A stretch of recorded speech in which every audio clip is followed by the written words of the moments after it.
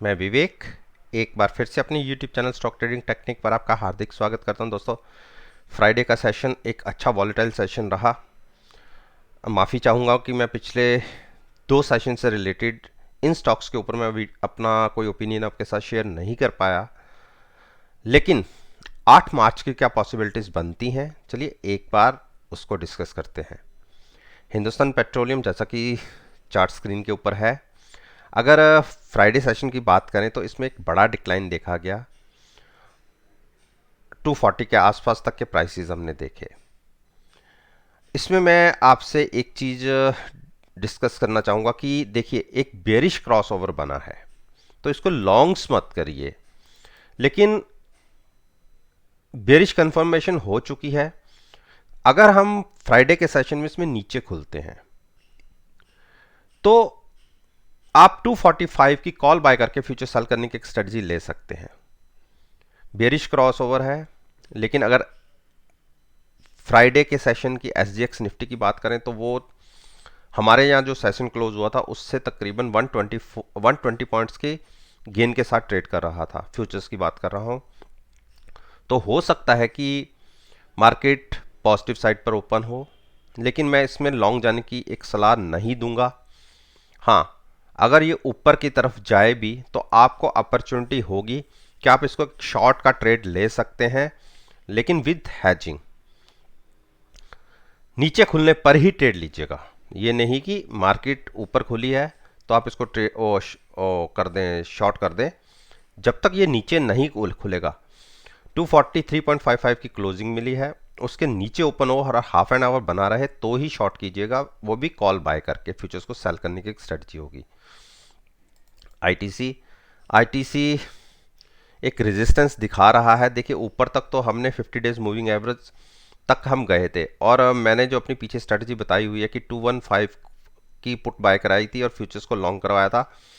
Hedging position थी, लेकिन वहाँ से एक बड़ी गिरावट भी दिख चुकी थी स्टॉक में, तकरीबन 203। तो उस टाइम तक तो हम अच्छे लॉस में आ गए थे, लेकिन नई पोजीशन के लिए मैंने मना किया था और मैंने कहा था कि नई पोजीशन हम जब ये 213 के ऊपर क्लोजिंग मिलेगी तो हम नई पोजीशन लेंगे। पुरानी पोजीशन तो हमने पुट के साथ होल्ड की हुई है, तो उसी तरीके से हम आगे भी अपनी ट्रेड को कंटिन्यू रखेंगे। नई जिसने ट्रेड करना हो, नई पोजीशन कैरी करनी हो, वो पॉजिटिव साइड पर 213 के ऊपर क्लोजिंग आने के बाद ही लेंगे। हिंडाल्को हिंडाल्को ने फ्राइडे के सेशन में जिस चीज़ की मैं वेट कर रहा था, वो आप देखिए 340 की कॉल बाय करके हमने फ्यूचर सेल किया हुआ था। यहाँ तक तो हम नुकसान में आ गए थे, क्योंकि 363 तक के भी हमने टारगेट इसमें देख लिए थे। अब हम ये कह सकते हैं कि कम से कम फ्यूचर्स का रेट तो हमारा आया, और कॉल में थोड़ा सा जो स्लाइटली सा नुकसान आ रहा होगा उसको हम बियर करेंगे। मुझे लगता है कि और फॉल कंटिन्यू होता है तो हम 320 तक तो गिर सकते हैं, और बेरिश क्रॉसओवर की पॉसिबिलिटी देखिए बन रही है। तो इसी पोजीशन के लिए हमने इसमें ट्रेड ले रखा है। मानते हैं कि पहले 300 से हम शॉर्ट चल रहे थे, 300 का प्रॉफिट कॉल में लिया, 340 पे शिफ्ट हुए, और 340 वाला अब हम ये मानते हैं कि अगर 320 तक गिर गया तो हम अच्छे प्रॉफिट में स्टॉक को क्लोज कर देंगे। तो बिल्कुल शॉर्ट बन सकती है। अगर नीचे ओपन होता है तो नई पोजीशन भी शॉर्ट साइड पे ली जा सकती है। अगर यहाँ क्रॉस ओवर कन्फर्म हो गया तो एक बड़ी गिरावट की पॉसिबिलिटी है, तो उस गिरावट को ट्रेड को करना चाहता है शॉर्ट साइड पर, तो कंडीशन यही कि 339.45 पर क्लोजिंग मिली है। अगर उसके नीचे ओपन होगा, कंटिन्यूस नीचे ट्रेड होता रहता है हाफ एंड आवर, तो आप शॉर्ट पोजीशन ले सकते हैं। उस केस में आप 340 की कॉल बाय करके फ्यूचर सेल करने की एक स्ट्रेटजी ले सकते हैं, जैसे हमने ले रखी है। डॉक्टर रेड्डी को मैंने कहा था कि 4400 के आसपास जब ट्रेड कर रहा था तो पुट बाय करके लॉन्ग ले जाने की पोजीशन मैंने बोली थी। और अगर आप बात करें तो 4600 4700 तक के टारगेट मैंने आपको बोले थे, जिसमें से तकरीबन 4600 तो हम अचीव कर भी चुके थे, तो 200 पॉइंट का तो हमें गेन मिल चुका था। लेकिन इस बीच मैंने 2 दिन अपनी पोस्ट कोई अपलोड नहीं की, तो ये तो नहीं कहा कि मैंने कह दिया था कि अब आप एग्जिट हो जाइए, लेकिन फिर भी हम अभी भी अच्छे प्रॉफिट में बैठे हुए हैं। मेरा मानना है कि 4600 एक बहुत बड़ी इसको रेजिस्टेंस फेस हो रही है स्टॉक को क्रॉस होने में। अगर वहां पर एक बार आ भी जाए तो भी एग्जिट हो जाइएगा, क्योंकि आप अच्छे प्रॉफिट में हैं। और फर्दर बाइंग हम करेंगे 4650 के ऊपर की क्लोजिंग आने के बाद, तो एक बड़ा शार्प मूव 100 पॉइंट्स का ऊपर की तरफ देखने को मिल सकता है। तब तक हम वेट करेंगे।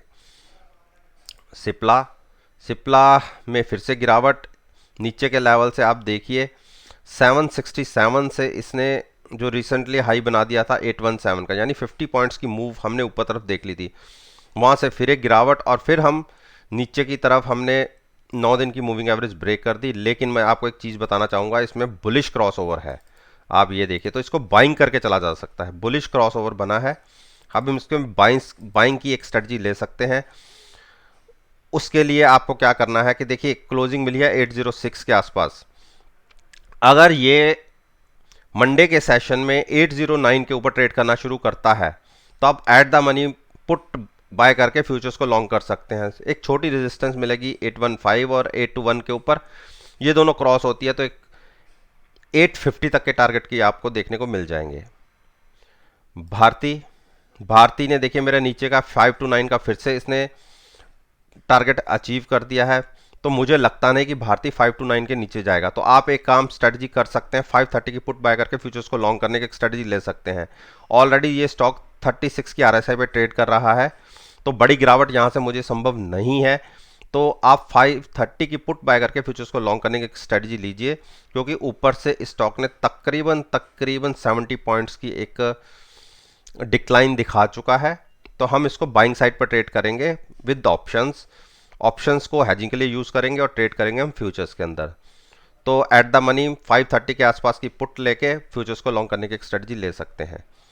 बजाज फाइनेंस अपनी 3 मूविंग एवरेजेस के बीच में ट्रेडिंग कर रहा है, तो इसलिए कोई शॉर्ट नहीं बनती। शॉर्ट बनती है इसकी 5400 के नीचे ट्रेड करने पर, और बाइंग बनती है 5500 के ऊपर ट्रेड करने पर। इस बीच कोई ट्रेडिंग स्ट्रेटजी नहीं है। दोनों तरफ की किस तरफ की भी हमें मूव दिखती है, तो इन प्राइसेस के बाहर जाके आप पोजीशन बना सकते हैं। अगर 5400 क्रॉस करके नीचे ट्रेड होना शुरू होता है तो आप शॉर्ट पोजीशन बना सकते हैं विद हैजिंग। उस केस में आप एट द मनी 5400 की कॉल भी बाय करनी होगी। और अगर हम 5500 के ऊपर ट्रेड करना शुरू करते हैं तो उस केस में 5500 की पुट बाय करके फ्यूचर्स को लॉन्ग करना होगा। तो ये एक स्ट्रेटजी होगी, क्योंकि ब्रेकडाउन या ब्रेकआउट किस तरफ दिखता है वो देखने की बात है। बाकी स्टॉक की जिस हिसाब की मूवमेंट है वो नीचे अभी बेरी साइड पर ही ट्रेड कर रहा है, लेकिन धीरे धीरे हिस्टोग्राम्स का साइज देखिए छोटा हो रहा है, तो पॉसिबल बाइंग वापस लौट रही है। तो मैं उस वजह से इसको ट्रेड करने की बात कर रहा हूं। हो सकता है कि हम अपसाइड का ब्रेकआउट दें। अरविंदो फार्मा स्टॉक वीक है, तो ये बार बार नीचे की तरफ आता है, लेकिन इसने एक बुलिश क्रॉसओवर दिया है। स्टॉक वीक है लेकिन अब बुलिश क्रॉसओवर इसने स्ट्रेंथ दिखानी शुरू करी है। तो 860 के आसपास की पुट बाय करके हम फ्यूचर्स को लॉन्ग करने की एक स्ट्रेटजी ले सकते हैं इसके अंदर। अंबुजा ने देखिए अब गिरावट दिखाई है, लेकिन अभी हमें शॉर्ट नहीं करना। शॉर्ट हमें करना है अगर ये 277 ब्रेक करके नीचे ट्रेड करना शुरू करता है, तो क्योंकि ये बार बार इसके अंदर स्ट्रेंथ लौट आती है, तो इसलिए शॉर्ट नहीं करना। शॉर्ट करेंगे 275 के नीचे क्लोजिंग आने पर। बाकी वेट एंड वॉच करिए। अभी इसने कोई बेरिश साइड का कोई साइन नहीं दिखाया, इसीलिए मैं वेट करने की बात कर रहा हूँ। लॉन्ग्स अभी नहीं, ऑलरेडी बहुत ऊपर के प्राइसेस पे ट्रेड कर रहा है। ऐसा एक गिरावट आ जाए हमें, ऐसी जो गिरावट दिखी थी, तो हम इसको लॉन्ग साइड पर ट्रेड करेंगे उस केस पे।